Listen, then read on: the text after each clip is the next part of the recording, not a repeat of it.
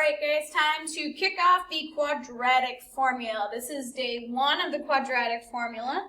We'll do it in 2 sections to kind of break up because the formula is kind of long and people tend to struggle with plugging it in. So we're going to work through it.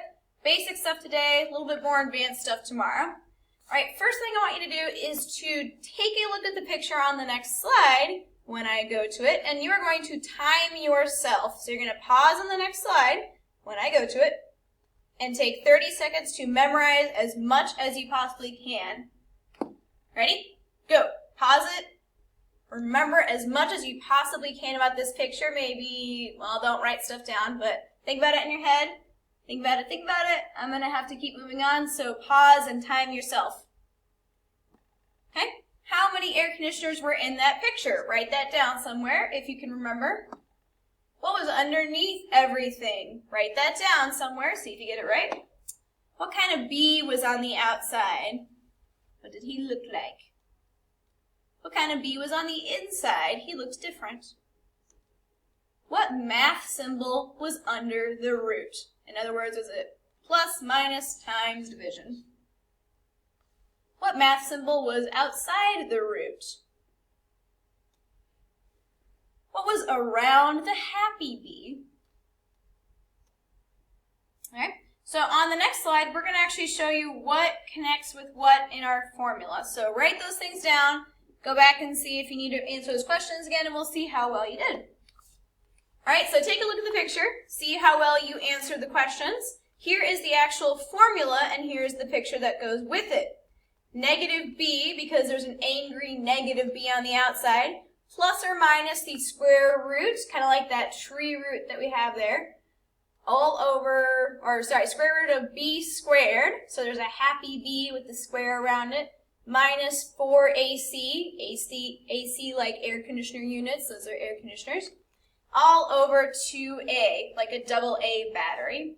Wouldn't be a bad idea for you guys to sketch this picture. If you want to pause, go for it. I'm a visual learner, so I like to see all the pictures and draw things for myself to help me memorize things like that. Wouldn't be a bad idea, especially if you are a visual learner. All right, so let's fill in the rest of our problems. It is the quadratic formula where it is ax squared plus bx plus c. That should start to look familiar because we've been using standard form for a very, very, very, very long time. And you should know what that is by now. Make sure the equation is set equal to 0. Okay, it always has to equal 0. The stuff we'll do today is going to start off being 0, but then we're going to have to do a little bit of moving around to get things where we want them to be. You should get 2 answers. It is okay to have radicals. What are radicals? Those things. Square roots, cube roots, anything with a root symbol is a radical. So that is okay to have it in your answer. And you might have some imaginary numbers in your answer. All right, so let's go through the first one together. You need to write out A equals, B equals, and C equals for every single one of these problems. I don't care if you think you're super advanced and you don't need to do it. If you just put, A, B, and C like this, I can guarantee you're going to mess up the signs at one point or another. So just do it the way I ask. Write it out separately. Save yourself a little heartache. Because if you mess up one sign in this, you kind of screw up the whole thing. Also, do this in pencil. Please don't do it in pen. I know you guys like to write in pen. It really is not a smart idea for math, okay? Please write this in pencil. A is always the number that's attached to x squared. Well, that's this one. So A equals 5. Notice I did not put 5x squared. We are only talking about the coefficients here. We're not talking about the variables. B is the number, oops, I should include the sign, that's always attached to x. That would be negative 2. Many times, if you do not write it out separate, you're going to just say 2. And then C is the one that's at the end by itself, so that is 1 for this case. When you do this, we're going to start off real slow, and we're going to actually put it like this. Every spot where I see A, B, or C, I'm just going to put a parentheses blank. So negative b would go in there, plus or minus square root of b squared minus 4 times a times c all over 2a. So I want you to start off with that on your paper. At every single spot where there's an a, b, or c, there needs to be parentheses. Okay? You have to include that. It's really important, especially when we have negatives thrown in there. Okay, now we can start to plug in our numbers. Okay, well 5 is a, that's going to go next to the 4, okay, for AC, and then it's going in the bottom for 2 times a. Okay, good, my a's are done.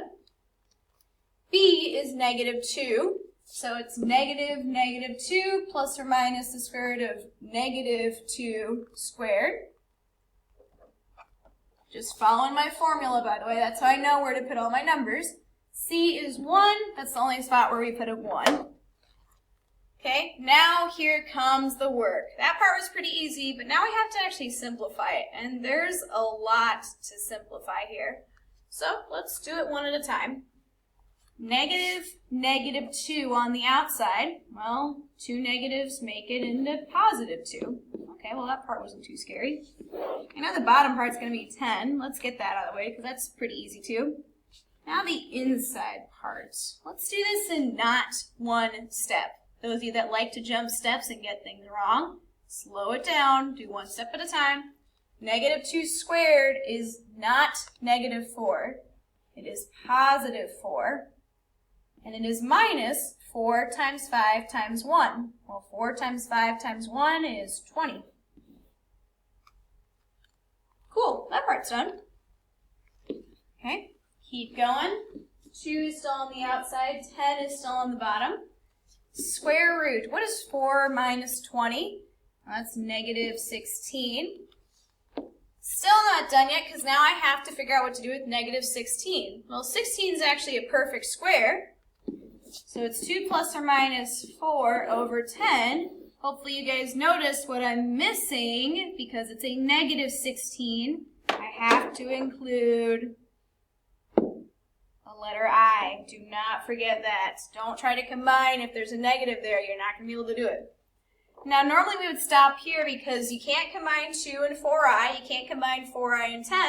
However, this is a fraction, and our goal with fractions is always to get them into simplest forms. So circle those 3 numbers that we have. Yes, I want you to circle them. What can I divide 2, 4, and 10 by? They can all be divided by 2, which means I can actually reduce them. And you have to do this. Yes, you do. I know it's annoying. I know it feels like you shouldn't.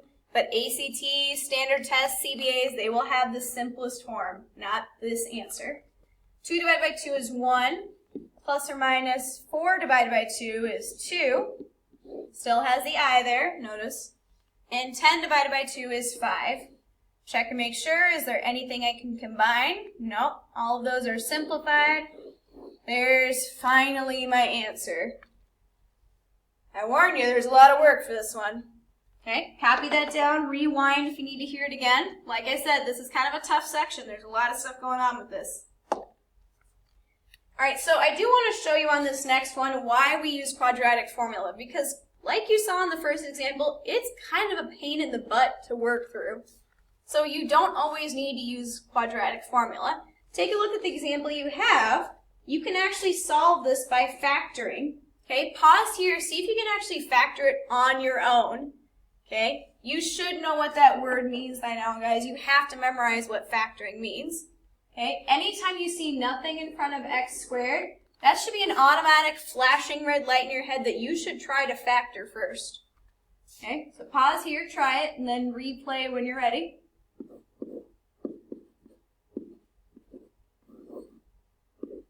Doing the factoring, x, 1, 4. Everything's positive, so these are positive, still equals 0. It asks me to solve, so I have to set them equal to 0. X plus 1 equals 0, x plus 4 equals 0. Subtract the 1, subtract the 4. So x is equal to negative 1, and x is equal to negative 4. And we actually talked about this. This is the actual x-intercepts of the graph. Remember we made such a big deal about this, how the x-intercepts were super important on the graph? If I was to graph it, look at that. -4 and -1 is exactly where it graphs at. Okay, and I'd say that took us about a minute if you know what you're doing for factoring. Not very long. However, if you did quadratic formula, I'm going to show you how long that takes. Let's see, compare and see. All right, so A is going to be equal to 1. Still the same exact problem. Maybe write this on a separate piece of paper because I know you didn't have a ton of space here. Or write it off to the side if you did. All right, so A is 1, B is 5, C is 4. So we have negative b plus or minus the square root of b squared minus 4ac all over 2a. Notice I haven't plugged in anything yet. Just getting my parentheses ready. Okay, so it's negative b plus or minus the square root of b squared minus 4ac all over 2a. Alright, so already I've got a pretty big formula. Let's see how it works through. Negative 5 plus or minus the square root of 5 squared is 25. Minus 4 times 1 times 4, which is 16, all over 2. Negative 5 plus or minus the square root of 9 over 2. Negative 5 plus or minus square root of 9 is 3 over 2. Oh look, they're all numbers, which means I have to actually combine them. This is turning out to be a lot of work. Negative 5 plus 3 equals negative 2.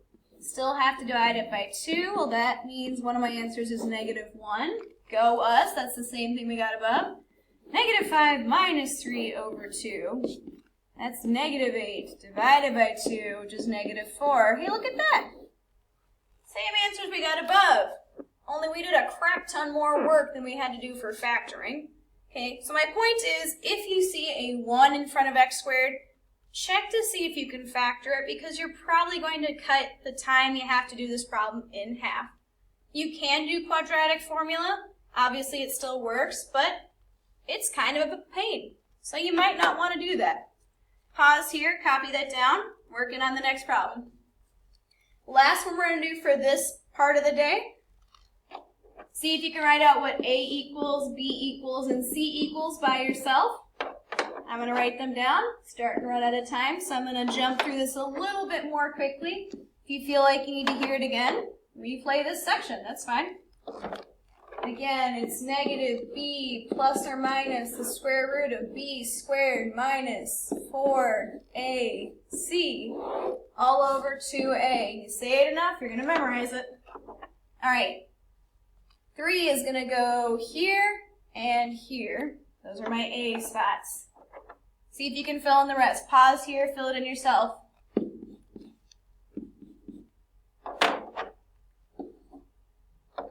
All right, that's what you should get when it's all filled in. Negative 11 is just 11. Plus or minus negative 11 squared. Well, negative 11 times negative 11 is 121. Minus 4 times 3 is 12. 12 times 8 is 96. All over 6. 11 plus or minus the square root of 25. All over 6. 121 minus 96 is 25. 11 plus or minus 5, because the square root of 25 is 5, all over 6. 11 plus 5 is 16. 16 divided by 6 reduces down to 8 over 3. That's one of my answers. 11 minus 5 equals just 6. 6 divided by 6 is 1. Okay, 2 answers for that. Quadratic formula route is the way we took for that. For the practice, flip over to the back side. You're only doing the right-hand side. Only do the right-hand side for today. We'll get to the next section tomorrow. So 4x squared minus 6x minus 2 and below it. So 4 problems to do for tonight. replay if you need to get some more work on that.